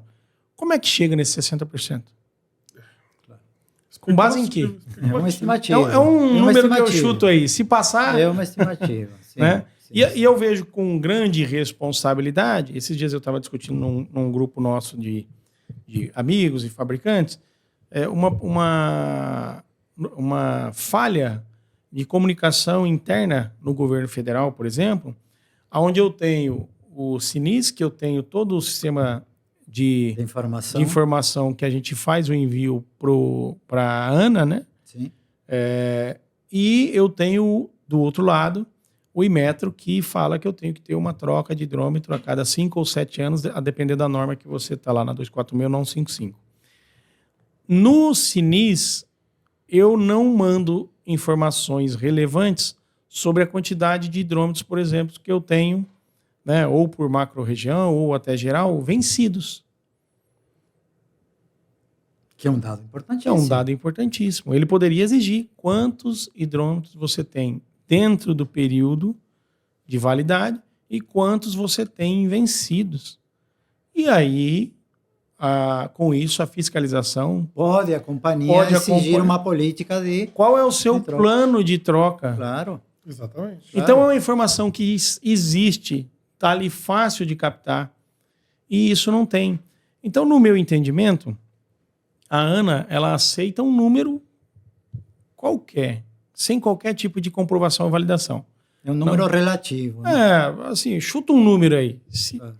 Contanto que a sua perda, né, não seja maior do que 60%, 70%, ou contanto que sua medição não seja maior do que 100% do que você declarou de captação, tá valendo. Porque senão você estaria distribuindo água que você não captou, não dá, né? Claro. Aí ele vai lá e valida, seu número de saída tá maior do que a entrada. Claro. Provavelmente que é capaz que ele tá medindo a saída certa, a entrada que tá errada, não é verdade? Então não existe uma fiscalização séria sobre os dados do Sinis. Eu acho que ela é fonte de dados só para decidir, principalmente quando tinha os empréstimos junto a BNDES? Aquela agência que tinha de águas antes, né? Me fugiu a memória. A Funasa. A Funasa. Da saúde, na verdade, né? Quando tinha a Funasa, que ela era uma mãe para cidades de 50 mil habitantes, né? Ele declarou aqui, igual prestação de contas da Justiça Eleitoral. Passou. Pode emprestar dinheiro. Aí ia lá e investia 1 milhão, 2 milhões, 3 milhões num sistema de distribuição, medição, sem nenhum resultado depois. O que entregou? Claro. Né? Então, por isso que hoje a gente vê cidades no Brasil que receberam muitos recursos da Funasa e você vai lá ver o sistema de tratamento, distribuição, completamente sucateado. Né? Completamente ultrapassado. O dinheiro foi usado todo errado. Quando não sumiu, foi usado todo errado, né? Claro. Então, fica a dica para a Agência Nacional de Águas, né? E para o Inmetro. Pega os dados do Sinis e se debrucem sobre eles. Também, Thiago, existe um pouco a responsabilidade das companhias, que deveriam também ter seus próprios bancos de dados atualizados e as suas políticas de troca, não? De parque. E agora a gente está vendo com a entrada de empresas privadas que está se agilizando isso, porque o privado quer resultado. Ele quer performance. Tá? O privado vê resultado. Eu vi isso no ano 2024, a entrada de concessões, onde a primeira coisa foi atualizar o cadastro, primeiro que nada, para saber qual era a dimensão daquela cidade. Tá? Começar a estruturar o parque de hidrômetros, tá? E começar uma troca rápida dos medidores, que exatamente... Sabe o que aconteceu? Tá? Assim, a primeira reação da população, começaram a reclamar na companhia de que muito, subiu. Antes, agora estou pagando o dobro. Então, a entrada de uma empresa privada aumentou a tarifa. Não, senhor. A tarifa é a mesminha, A tarifa é a mesma, só que antes não estava medindo. Agora foi colocado um medidor que realmente está medindo o que o senhor está consumindo. Sim. Tá? Então, aí isso mostra, é só uma amostra de um país continente como o Brasil, com 212 milhões de habitantes, o que você encontra de perdas aí, desde o Chuí até quem que deu Boa Vista. Não? O exemplo da padaria no podcast nosso? Foi o da Petropol. Da Petropol, né? Que eles faziam massa de pão e a gente falando de polímero. E eu vou voltar a uma analogia de mercado, né? Seria a mesma coisa de você ter um açougue ou a padaria. Vamos pegar um abraço pessoal da Petropol, da padaria, e você não ter a balança. Confeitaria. E não ter a balança para medir o pão que você está vendendo. Ou a balança existe, mas ela tá desligada, tá quebrada, né? Aí a gente põe o pão em cima e fala Você pede o quilo, aí o cara corta baseado no que ele acha e entrega pra você. Eu faço, Alberto, uma brincadeira com o pessoal quando eles falam de concessão para mim, e nada contra as concessionárias, elas agem de forma muito profissional, né? É assim, uma companhia privada ela foi feita para gerar resultados positivos que gerem lucro, né? Claro. É natural. Eles compraram um departamento de água e esgoto para aferir lucro no final. Né? E ainda assim, no Brasil, bastante controlado. O que eu falo muito é assim, ó, imagina você tem um supermercado numa cidade pequena de 4, 5, 6 mil habitantes. Só que existe uma lei municipal que só você pode ter um mercado nessa cidade. Só saiu um alvará para você e só você pode vender arroz, feijão e carne. Né? Como é que você quebra? Não tem como. Não tem como, né? Só se você começar... Só você pode vender e quem for pego vendendo arroz, feijão e carne, multa, cadeia e tudo. Como é que você quebra esse mercado? Aí você tem o monopólio da distribuição de água no Brasil, na sua cidade. Como é que você não consegue gerar resultado positivo? Você só tem que fornecer e medir. Mais nada. Você não está fazendo certo as coisas. Né? Não quem está agora, mas historicamente isso vem sendo feito errado. Sim. Então você precisa profissionalizar a sua gestão, né? Sim. Que é o que você vem trazendo, né, Alberto? Sim. Você tem que entender seu cadastro, você tem que entender o seu parque de hidrômetros, você tem que botar um medidor na entrada da captação, você tem que olhar seus motores, seu bombeamento. Aí você vai lá, tá aquele motor, né? Pegando fogo lá, o coitado tá apitando na hora de tanto. Dá para fazer um churrasco em cima. Dá para fazer um churrasco em cima. Esse calor vem do quê? Perda de energia, ciência energética. Aí você não tem um inversor de frequência para reduzir pressão. Ele está 24 horas. 24 horas bombeando. No final, despesa altíssima, receita baixíssima. Claro. E aí você conseguiu ter o único mercado da cidade de água e quebrar ele. Difícil, né? Aí vem uma empresa privada e resolve isso em 2 palitos. Deixa eu te perguntar. Quando a gente fala sobre ensinar as pessoas do departamento público a monitorar, a comprar, principalmente agora falando na parte de saber comprar os produtos, a gente tem um problema que essas pessoas são trocadas a cada X anos. Então, diferente do mercado privado, onde eu vou lá, treino um funcionário, ele se torna um gerente, posteriormente um diretor da área de hidrometria, existe por exemplo. Existe uma carreira, né? Existe uma carreira. E aí a gente vem para a parte pública, onde a pessoa está lá, ela fica 4 anos. E depois ela sai, e todo aquele conhecimento ficou com ela. Ela pode voltar em algum momento, sim, mas isso gera um problema. E aí o que acontece? Que a gente já passou várias vezes, quando a gente pega algumas licitações, que claramente a pessoa que entrou no departamento de licitações, que ela tem que montar o edital, ela não tem essa habilidade, ela não conhece o que ela está fazendo, ela tem mais ou menos um caminho que já definiram. Ó, para comprar hidrômetro, pega aqui o edital antigo, esse é o modelo e tudo bem, faz aí. Já teve um caso engraçado, eu não lembro qual é o município do interior de São Paulo que a gente fez isso, onde a gente participou da licitação, ganhamos a licitação, só que o detalhe final que chamou a atenção, que foi desapercebido por todos, é o quesito da entrega. Estava escrito lá que o produto tinha que ser entregue em tantos dias após a assinatura do contrato, tudo certinho no documento, e embaixo que ele deveria ser entregue em galões. Porque, obviamente, a pessoa que copiou o edital não colocou trocou o nome dos volumes. Normalmente colocam caixas. Claro. Aí colocou galões. Aí nessa hora a gente... O que a gente faz agora? A gente tem que comprar galões e jogar os medidores soltos dentro. Aí conversou com o órgão público e ele falou, não, é caixas, é que só foi um erro. Claro. Mas você vê que isso é o que acontece. Sim. Anthony, eu tenho dado muito treinamento em companhias de água. Quando estou numa sala de aula ou numa sala de reuniões, eu sempre faço essa pergunta. Quem é funcionário de carreira? Tá? E tem os funcionários de carreira, aqueles comissionados, tá? E aqueles que você já percebe que eles estão aí porque vêm de outra área e a ideia deles é também já passar. Mas você sente quem tem o hidrômetro na veia, sim, que já tem há muito tempo. Tem os apaixonados, né? Ainda tem. Só que eu acho que a maioria estão se aposentando. Estão com cabelo branco igual que eu. Então, você vê que dessa espécie cada dia tem menos. Sim. Tá? Nada contra as novas gerações, mas aquela geração mais antiga é aquela que sofreu mais com o medidor em campo, ela se preocupa muito. Mas esse é um problema que eu vejo todos os dias. Você falou com uma pessoa hoje, num departamento de águas, daqui a 6 meses eles te consultam, porque eu recebo consultas por serviços, por outra coisa, já é outra pessoa. Sim. É outra, existe uma rotatividade grande, e para quem está ensinando, é um complicador, tá? Porque eu muitas vezes tento deixar um conhecimento para que eles multipliquem para outras pessoas. Então, por exemplo, tem 3, 4 pessoas mais antigas que antes de se aposentar, eles vão treinar, vão passar conhecimento.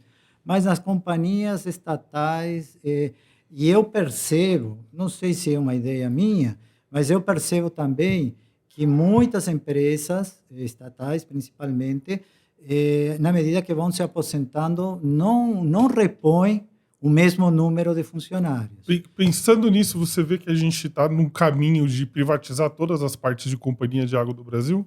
Ou a gente está muito longe disso? Porque... A privatização é uma tendência mundial. Sim. Tá? E eu sempre falo o seguinte, essa terceirização se aplica em muitas coisas, inclusive na fábrica de vocês. Sim. Vocês deixam quem sabe fazer a injeção plástica, que é especialista Exatamente. em injeção plástica. Vocês não são especialistas. Sim, Vocês são exatamente. especialistas em outra parte da fabricação. Sim. Na venda, na fabricação, na montagem, na calibragem do medidor, são especialistas. Agora, quem injeta a carcaça é o especialista que tem suas máquinas. Então, se aplica o mesmo critério. Tá? Nas companhias, tá? Deixa os especialistas que têm equipes, por exemplo, prestações de serviço. As empresas privadas já têm treinamento de funcionários que tem média de 350 a 400 leituras por dia, fazem 30 cortes por dia, substituem 35, 40 medidores, realizam 30 cadastros por dia, coisa que você, dentro de uma companhia, já é mais engessado, uma companhia já com funcionários mais antigos, enfim. Então, deixa o privado, que é especialista nisso, fazer o que ele vai fazer, tá? Por um preço. Aí com um preço menor, com uma qualidade muito boa. E é menor porque ele dilui esse custo, né, nessa operação dele, Claro. naturalmente. E mesmo assim, a companhia não deve perder de vista o que é a sua missão principal. Sim. Captar, tratar e distribuir. Sim. Isso continua sendo. E a parte financeira e contábil, que sempre tem que ser da companhia própria, não terceirizada. Mas é uma tendência a terceirização, sim. E o departamento de hidrometria não ficaria de fora dessa terceirização. Não ficaria de fora, não. Hoje, por exemplo, a gente já tem contratos. Antes, a gente fazia muito, por exemplo, contratos de venda de hidrômetro. Hoje, as companhias já estão pedindo para, nos contratos, ser de instalação de hidrômetro com hidrômetro. Já vi. Então, ela não quer pagar mais o hidrômetro no depósito. Não. Ela já fala assim, não, eu só pago aquele que você instalar no campo. É isso. E olha... E ela te penaliza em cima dessa instalação. Exato. E olha a diferença. Antes ela ia desembolsar lá 3, 4 mil hidrômetros, que ia ficar parado no estoque meses. Até ela poder instalar. E agora ela não quer mais isso. Ela fala assim, não, eu vou pagar na instalação. E aí o software tem que ser seu, eu quero foto, eu quero georreferenciamento. Performance. Eu quero performance. Eu quero agora desembolsar só aquilo que eu já vou passar a tarifar no outro mês. Exatamente. Ou no mesmo mês até. Então, isso é uma Então, terceirização. é uma contratação, ao meu ver, para nós fabricantes, para nós prestadores de serviço, o outro jeito era melhor. Porque eu recebia assim que eu entregasse e depois acabou. Ou eu recebia novamente ao ponto que eu ia instalando. Hoje já não. Eu não recebo nada enquanto eu não tiver instalado. Então esse medidor sai do meu bolso primeiro, para depois a companhia me pagar a partir do momento que ela validar aquela instalação. Então olha como muda. O que acontece? A gente corre para instalar muito rápido. Isso. Sim. E ela não tem um desembolso. Sim. O que a companhia passou a fazer? Quem faz isso faz de uma forma muito inteligente. eu só pago aquilo que vai me gerar resultado imediato. E também tem outra coisa que é a questão de você realmente entregar o produto. Entregar. Porque o que a gente sentia muito antes é que o preço do medidor sempre caía muito porque você botava todas as pessoas disputando pelo produto. Aí uma vez o preço vai lá embaixo e aí alguém ganha a licitação. Depois o serviço, a mesma coisa. Você disputa o mínimo. Só que depois você tem que juntar essas duas coisas. Agora, além de você ganhar uma licitação, você tem que entregar ela completa. E o lance é, você começa a ganhar mais nome nesse mercado. Porque uma coisa é você participar da licitação e você ganhar. Outra coisa é você entregar. Quantas empresas aí não são penalizadas porque ganham a licitação achando que vão conseguir atender a demanda, não conseguem, se prejudicam o órgão público. Então, quando eles fazem esse movimento, eles dão oportunidade para pessoas competentes mostrarem o serviço, e aí cada vez mais esse mercado fica um pouco mais separado. Uma coisa é você fabricar o hidrômetro, outra coisa é você fabricar o hidrômetro, entregar. Ó, eu vou falar, tem muita companhia que não sabe disso ainda. Eu visitei algumas agora recente. Ela tem um bom estoque de hidrômetro. Tá lá no depósito dela, tudo novo, né? Hidrômetro 2024, alguns já 2025, tudo na portaria 246. Mal sabem que agora, em julho do ano que vem, esses hidrômetros não podem ser instalados mais. É verdade. Então ela está lá com 2, 3 mil hidrômetros no estoque, que daqui 7 meses, 8 meses, não pode ser mais usado. Mas se ela instalar nesse período antes, tudo bem. Se ela instalar até dia 2 de julho, salvo engano, ok, Porque ele tem validade. Só 6 meses. Exato. Só 6 meses. Então, e tem companhia que tem aí 20, 30 mil meses. Exato. Não pode Não é fácil instalar. Então instalar, ela vai jogar dinheiro fora. Sim. Ela tem um depósito de dinheiro, que era o Cruzeiro, quando virar a moedinha ali no dia 2 de julho, ela perdeu esse dinheiro e não sabe disso. Então, olha a ineficiência. Como é que você está com 10, 20 mil medidores há 2 anos no estoque? Né? Bom, e sabe por quê? Porque não tem pessoas para instalar. Então, tem uma carência enorme, tá, de funcionários nessa área, por exemplo. A minha última palestra, agora em julho, foi em Natal, em julho de 25, foi o assunto da palestra na ESB, foi contratos globais. A tendência do mercado em contratações globais. É uma maneira de ir já terceirizando. O que significa contratos globais?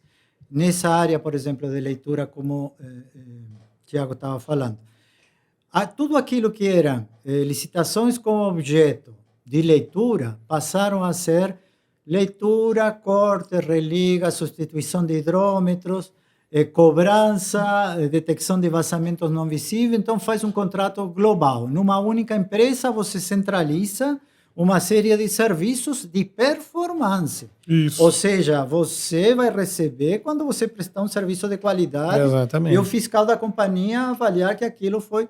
Fez diferença para a companhia. Né? Isso aí. Com certeza. E aí, isso foi... E está sendo, hoje, os contratos novos estão sendo globais. Tá? E o que significa isso para as companhias? Eu tenho casos de companhias no Sul, companhias estatais, que tinham, por exemplo, 4 gerências diferentes, 4 gerências para administrar contrato. Uma gerência administrava toda a parte de leitura, outra administrava corte, religa e substituição de hidrômetro, outra administrava cobrança e outra administrava combate a perdas. Agora, num contrato global, uma única gestão tem que resolver. Então, o que significa isso? Que as companhias estão se enxugando. Sim. Estão se enxugando. Nós tivemos contratos recentes em que o leiturista falou que ele não tinha um número exato de leitura, então ele julgou que o correto, já que no concurso dele não tinha, ele vai ler 150 de manhã e 150 de tarde. Bom, 2 falhas aí, né? Primeiro, o leiturista trabalhar o dia inteiro é desperdício mesmo de recurso dele e da própria companhia. Ele consegue fazer o serviço dele de 5 a 6 horas. E aí ele falou, vou ler essa quantidade. O mesmo leiturista nosso, né? O mesmo leiturista não, mas um leiturista nosso, ele tem uma média de leitura aí de 400 a 600 leituras por dia, depende da região. Da região, às vezes você tem aquelas, aquelas casas em conjuntos habitacionais, que é uma do lado da outra, facilita bastante a leitura. E tem locais que você vai ter uma dificuldade de leitura, mas a média saudável para nós aí é nessa casa dos 400 leituras rodeia isso aí, né? E quando é meio-dia e pouco, 1h da tarde, ele está indo embora, a gente termina a leitura e ele vai para casa, né? Veja bem a diferença. O leiturista nosso custa menos e lê mais, porque a gente tem performance. Exatamente. Então eu ganho sobre performance. Bom, naturalmente, quando eu faço a contratação também do profissional, a gente tende a contratar sobre performance, porque a gente é medido por performance. Claro. Então, se você faz essa leitura até determinado período, você tem ali questões das premiações e você trabalha menos hora e pode ir para casa. Exatamente. O mercado mudou muito. Antes a gente exigia esse trabalho de 8 horas, Era mais o tempo. 6 dias por semana, nessa escala 6x1, que hoje está tão criticada. Hoje, a escala já é nossa natural, 5x2, e com trabalho, a maioria das vezes, meio período. E aí a gente consegue, ainda assim, e por causa disso também, ficar mais barato. E a companhia agora, aquele problema dela, que não é a atividade fim, a leitura, a atividade meio dela, ela sanou de uma forma mais barata. Sim. Né? Então, as companhias que não estão se atualizando, colocando esse tipo de contrato, ela está morrendo, não está, Alberto? Sim. Elas não estão... Elas estão entrando nas perdas também. É uma forma de perda comercial. Você vê como é um círculo vicioso, porque a partir do momento que você não consegue dimensionar não só suas compras de equipamentos, senão também a sua contratação de serviços, você está entrando nas perdas também. Tá? Então, a terceirização com performance, contratos de performance, e também temos, diferente do contrato de performance, contratos de risco. Sim. Por exemplo, a cobrança é um contrato de risco. Você entra meio às cegas naquele negócio. Sim. E você vai receber quando o cliente paga. Tá? E você não sabe quando o cliente vai pagar, porque se ele parcelou a perder de vista, ou nem todos pagam. Então, tem performance e tem contratos de risco. São modalidades novas que, dentro dos contratos globais, como o Thiago falou, mudaram a perspectiva, tá? E tudo está indo, já respondendo a tua pergunta, está caminhando para isso sim. Está caminhando para a terceirização ou até a privatização, né? Sim. Eu falo isso porque a gente tem esse problema da troca da governança dos órgãos públicos.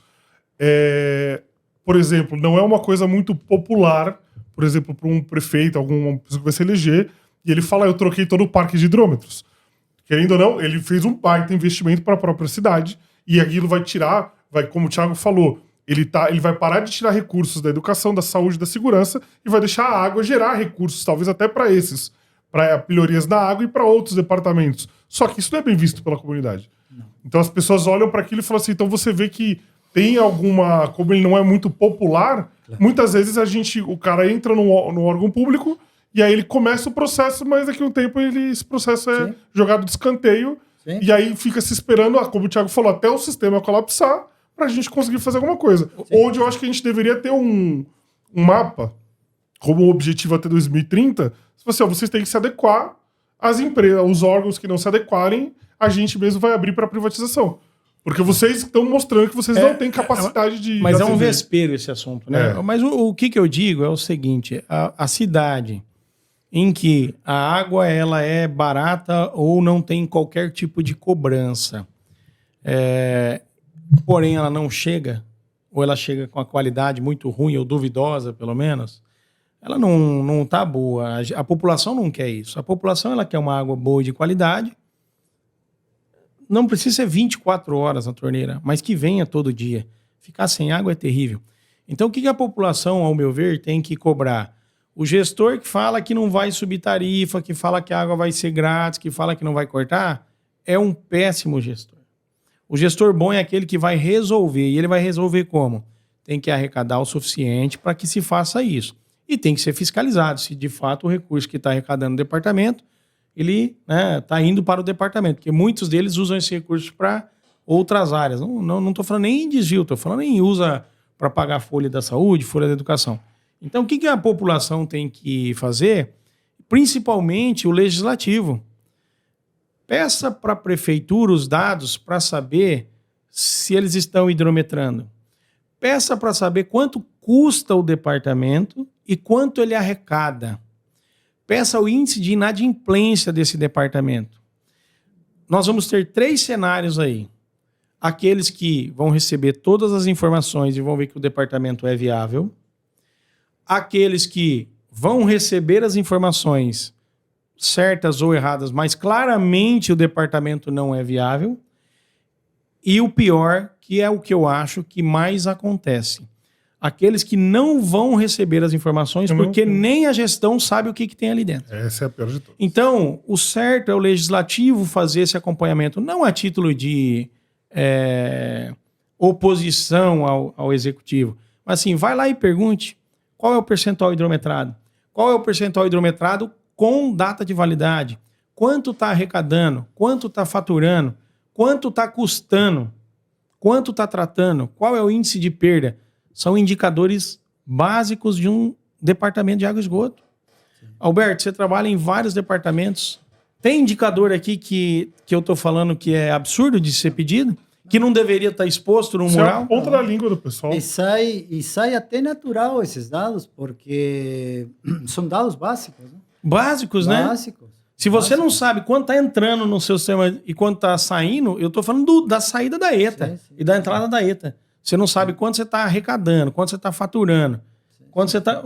Fecha o departamento. Né? Você não tem competência para tocar. É o mercado único da cidade que não tem balança. Não tem uma balança, né? Não tem chave na porta. Pelo amor de Deus, gente. Então, assim, o que o legislativo tem que entender e a população tem que entender, e no meu entendimento, né, o bom presidente seria eu falo sempre, né? Eu ia fazer umas leis muito boas. Mas o que isso deveria estar? Fixado na entrada de qualquer departamento. Ó, os dados do último mês foi esse. E ali você vai saber se está vermelho ou está azul. Aquele da CIPA, não? 320 dias sem acidentes. Sem acidentes, exatamente. É isso aí. Né? Então, essas informações são básicas. E muitos gestores públicos desconhecem essas informações. Eles nem sabem o que é isso. Sim. O que é o medido, o que é o faturado, o que é o arrecadado. Né? Então, eles não têm esse conhecimento básico. Sim. Tem que ter. Fica mais uma dica. Dica do Thiago para o Legislativo. Exijam isso fixado na porta dos departamentos. Mas é para o bem. Não porque você vê todas essas informações, quando a pessoa vai no órgão público e vê isso, ó, temos tantos do parque de hidrômetros instalados com a validade até tal dia, até tal ano. Você passa muita segurança para as pessoas. Você fala, então eles estão fazendo um bom serviço. Porque a pessoa que está pagando a conta de água, se a água vem, como você disse, uma boa qualidade, o serviço é bom, ela olha e fala assim, minha conta de água atendida. Deu tanto. Pô, mas eu tô vendo esse recurso aqui. Eu tô vendo que eles estão melhorando o meu parque. E algumas cidades, que a gente faz gestão em algumas cidades, a gente coloca isso público. É interessantíssimo. Melhorou até para o gestor. Porque quando ele vai lá, o bom gestor que fala, olha, vamos olhar esses números aqui, vamos ver o que tá ruim, vamos melhorar. Todos esses dados estão claros lá. Tem os indicadores. Chama a Câmara de Vereadores, chama o gestor do departamento, fala, olha, precisamos resolver. Sim. Quando essa informação não existe, ou fica ali naquele mundo do eu acho, ele toma uma decisão, ele só apanha, porque ninguém está vendo esse número junto com ele. Né? Então... Todo mundo fica no eu acho. O Alberto, ele... Me corrija se eu estiver errado, mas presta serviço em departamentos de pouquíssimas ligações e de milhões de ligação. As maiores. Exato. Maiores. Sabesp, por exemplo, né? Outras companhias você já passou por lá. A CAGES, CAGEPA, CAERN, CAESB, Saneago. São números que estão presentes Sanepar. Na pequena e na grande? Eu digo, existem na pequena e existem na grande esses números? Às vezes existem na pequena e não existem nas grandes. Por incrível o faturado, arrecadado, não, nas grandes existem, sim, porque pela estrutura. Não, mas nas pequenas, nem em todas. Mas são números básicos e elementares. Números básicos. Eu queria até fazer um comentário que sai um pouquinho do foco nosso da hidrometria, que está relacionado com o saneamento básico. Tá? Então, a importância do saneamento básico não é só o fato de você fazer uma gestão pública na medição de combate a perdas, de você gestionar um bem público, como é aquela administração de águas, Não, está também relacionado com a saúde pública. O saneamento está diretamente relacionado com a saúde pública. Eu não sei se você sabe, mas aqui no Brasil tem muitas empresas, muitas companhias de água, que o nome dela é saneamento básico e ambiental. Inclusive, dentro do objeto da sua administração, está o remanejamento de lixo.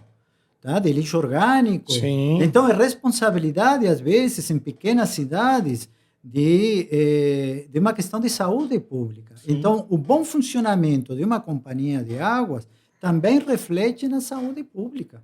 Tá? Então, a importância de uma boa administração é fundamental para a comunidade. A comunidade que vai ser beneficiada. Muitas vezes, eu falo isso nas palestras, também precisa conscientização da população.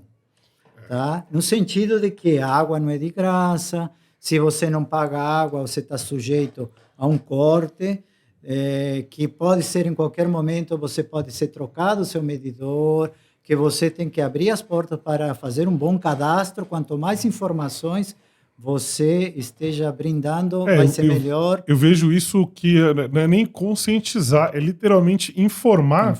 Porque a gente, por exemplo, as pessoas, obviamente você fica chateado, obviamente você se sente mal, porque, trocou o medidor na minha casa. Mas eu não pedi para trocar. Por que trocou o medidor? Agora minha conta veio mais alta, porque o medidor antes estava comigo, já era um membro da família, estava 10 anos comigo aqui, aí você trocou. Mas você não me avisou. Deixar uma coisa bem clara, o medidor da sua casa não é seu. Não é seu. Você está pagando por ele, você pagou por...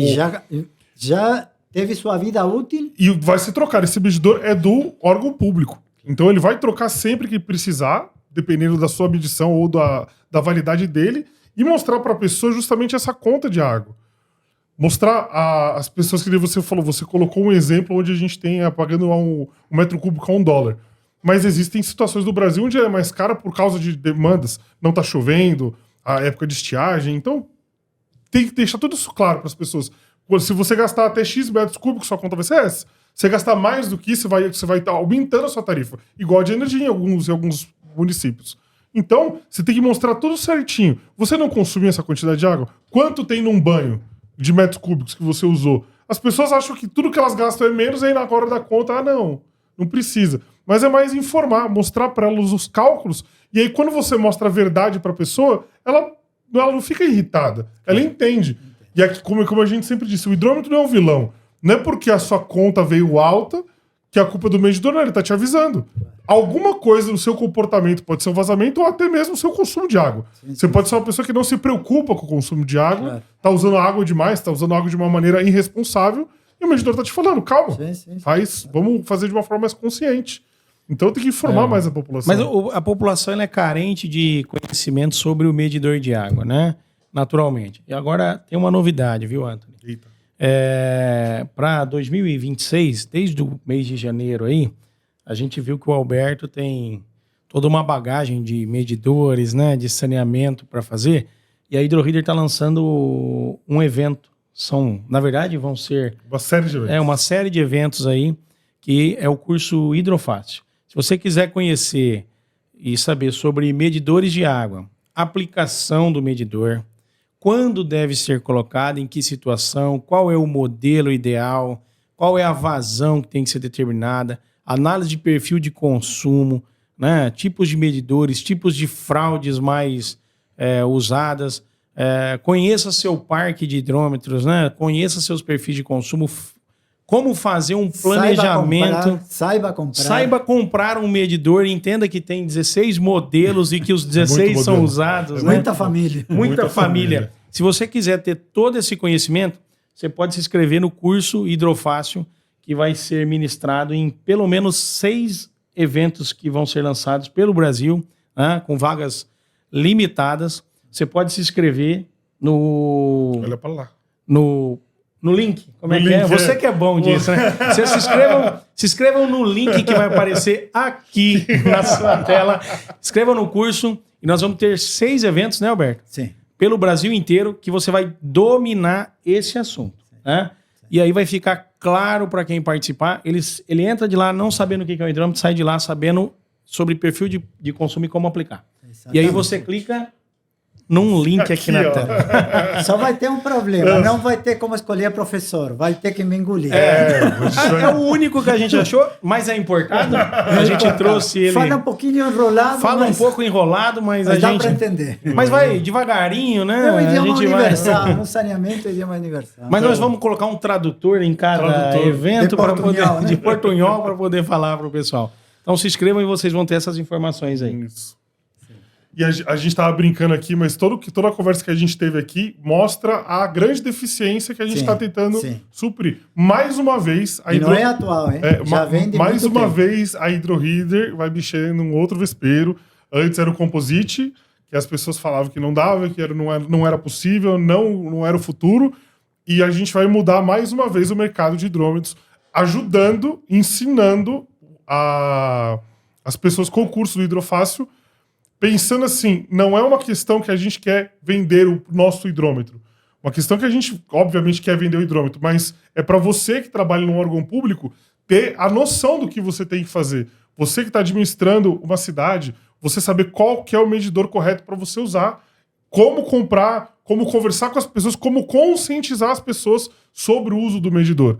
Então, a gente mostrou dessa conversa aqui que é cada vez mais a Hydroheader, em parceria com as outras empresas, a gente quer trazer um futuro para o mercado de hidrômetros, porque a gente está há 30 anos vivenciando os mesmos problemas que não tem mais cabimento. Exatamente. Não tem mais cabimento. Exatamente. Complementando, Anthony, a informação, esse curso não é um curso global, sino que ele está dividido em módulos para diferentes públicos, tá? Dependendo do interesse de cada departamento. Então, nós temos módulos desde hidrometria básica, conhecendo cada modelo de medidor, dimensionamento de medidores, combate a perdas, cursos para o departamento de prestação de serviços em campo, para o departamento de compras, para o departamento de hidrometria. Temos módulos que já avançam para uma hidrometria intermediária, onde nós já entramos com gráficos, índices de erro, cálculos de erro. Já entramos também com visitas, tá? a empresas que tenham bancadas de verificação. Nesses cursos vai ter uma parte prática, mostrando instrumentos de medição que se utilizam hoje no mercado, tá? para identificação de irregularidades, vazamentos não visíveis. Então, é um curso completo, que ele tem teoria e tem prática. E estamos trazendo, como você falou, 30 anos de experiência, recolhendo muita informação, muita experiência de campo, tá? Que a gente vivenciou, tanto como fabricante, como prestador de serviço. Tá? Estamos fazendo, acho que um casamento, não é, Thiago? Um casamento. Sim, com certeza. Que está juntando o que a gente sofreu em todo esse período. Né? Vai tá o Alberto da hidrometria, aplicação em campo, vai estar o pessoal da Cogesan também, com toda a expertise e know-how de serviço, software, pessoal da Hydroheader com a parte de produtos, medição, outros parceiros que a gente traz. Então, não é um curso, é um evento mesmo, né? Onde a pessoa ela vai conhecer todas as áreas de medição, todas as ferramentas, né? E no departamento, se nesses eventos, né, houver interesse de serem uma regional para que junte departamentos, entre em contato, agende também com o pessoal aí do nosso time de atendimento a pessoas. O pessoal é fantástico lá, a Rayane, a Jamile, né? Você pode falar com o Leandro. O pessoal vai direcionar os melhores módulos, vai direcionar o que há de melhor aí para atender, como você disse, personalizado até, né? Para que a gente faça o evento na região. Então, nós temos já 6 eventos que vão ocorrer durante o ano e a gente vai estar levando toda essa equipe aí com 30 anos de bagagem em saneamento. Vamos falar. E eu acho que eu achei o slogan do curso. Hidrômetro na veia. Hidrômetro na veia. Com diploma e com certificado de conclusão de curso. Com certificado, sim. Vamos documentar isso também. Não é o certificado, é o certificado. Com certeza. O certificado é bom. Eu falei diploma, mas vocês não falam diploma, não? A gente Vocês fala falam diploma. Diploma também? Diploma é para faculdade. Diploma é para faculdade, não é para final. Não é para...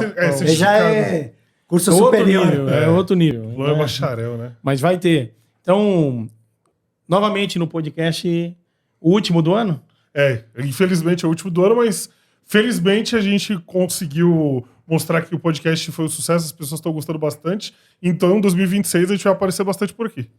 Aparecer bastante. Obrigado, Alberto. Eu que agradeço a oportunidade. A gente vai estar o ano 2026 inteiro juntos aí, né? Cansar um do outro. Vamos falar bastante de hidrômetro. Com certeza. E nós vamos ter outros eventos com você aqui também no podcast, a partir dos eventos que a gente for fazendo. Sim, a gente vai trazendo dúvida do pessoal, né? Vai ser bem legal 2026 aí. A gente vai começar a modalidade da transmissão ao vivo. Então, para você que está assistindo agora a gente gravado em qualquer horário do dia, em algum momento do ano que vem a gente vai ter transmissões ao vivo, vai ser avisado nas nossas redes sociais também.